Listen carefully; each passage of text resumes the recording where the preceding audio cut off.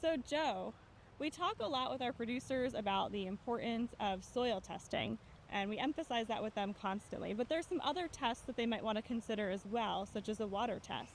Why would that be important for them? Absolutely. The pH of the water is extremely important.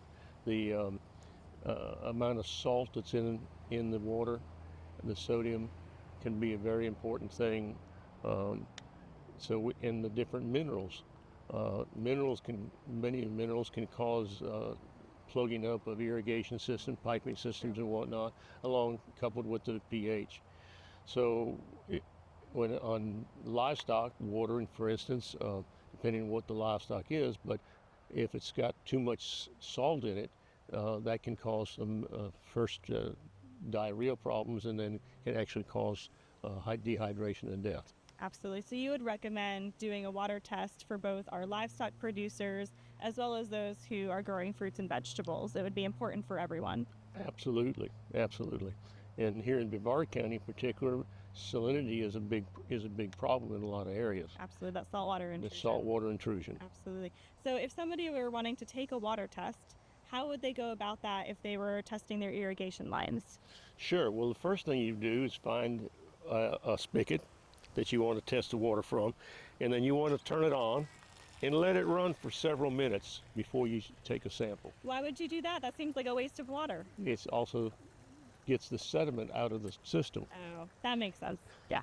You know, while that's running, you want to find a plastic container with a plastic cap. You don't want any metal on it at all. And That could throw off the test results. that could set off the test results. And how much water would you need? Can a small bottle work, or do you need a certain amount of water? A water bottle works perfect. Okay. So about a pint of About a water is pint. what you need. 500 cc's, it works too. 16 ounces. Got it.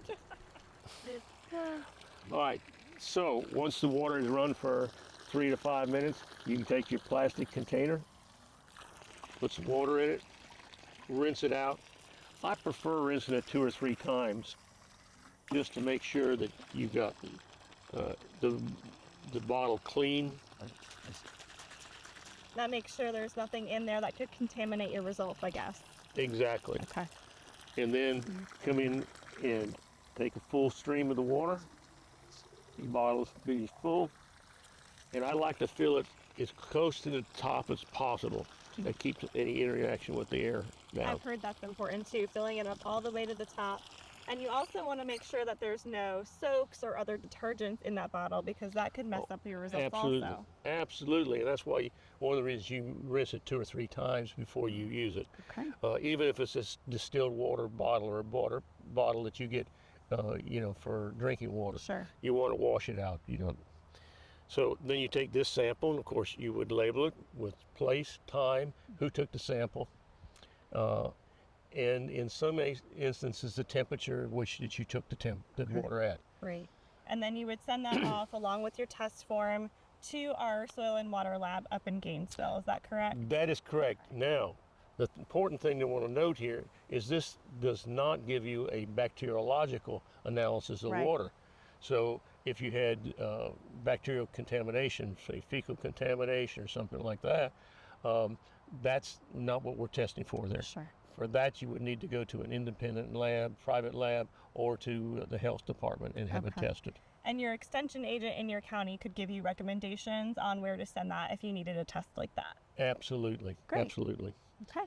Now, if you're going to take water samples from a surface water, our procedure is going to be slightly different. You still will do the container the same, rinse out the container, and then what you want to do is take that container and go out in the pond or the ditch as far as you can. Turn your bottle upside down, go down below the surface, and then turn it back up and let it fill up. Okay. You don't want to take that top couple inches of water. Right, that makes sense, because there could be additional contaminants up there on the surface that would mess up your results from your test. That's correct. Okay. Hello, my name is Keith Newman, and just as Joe and Andrea showed you how to do a physical water test to get the physical sample, I'm going to show you the second part of the process, which is finding this form as well as filling it out when you send in your water sample to get tested. All right, what you need to do to get this form is you can either go to your local extension office and they will probably have the form for you, or you can do a Google search for it. Do a Google search for UF water test.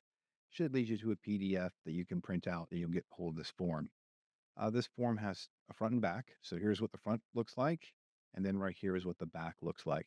On the back of the form, it gives you like the tools you'll need for doing sampling, some more instruction on how to actually take the samples, where you're going to mail it off to, for the address, all of that stuff. It also shows you potential things that they're looking for as far as testing. All right. The front page is where you're going to fill out all the stuff. So right here, you get your mailing address. You're going to fill out your name, your address, and all of that. Once you've done that, you're going to come down here and you're going to list your sample ID, whatever you've named it, whether it be like your front yard, backyard, or irrigation number 9, whatever you've decided to use your sample ID for in case you have multiple samples.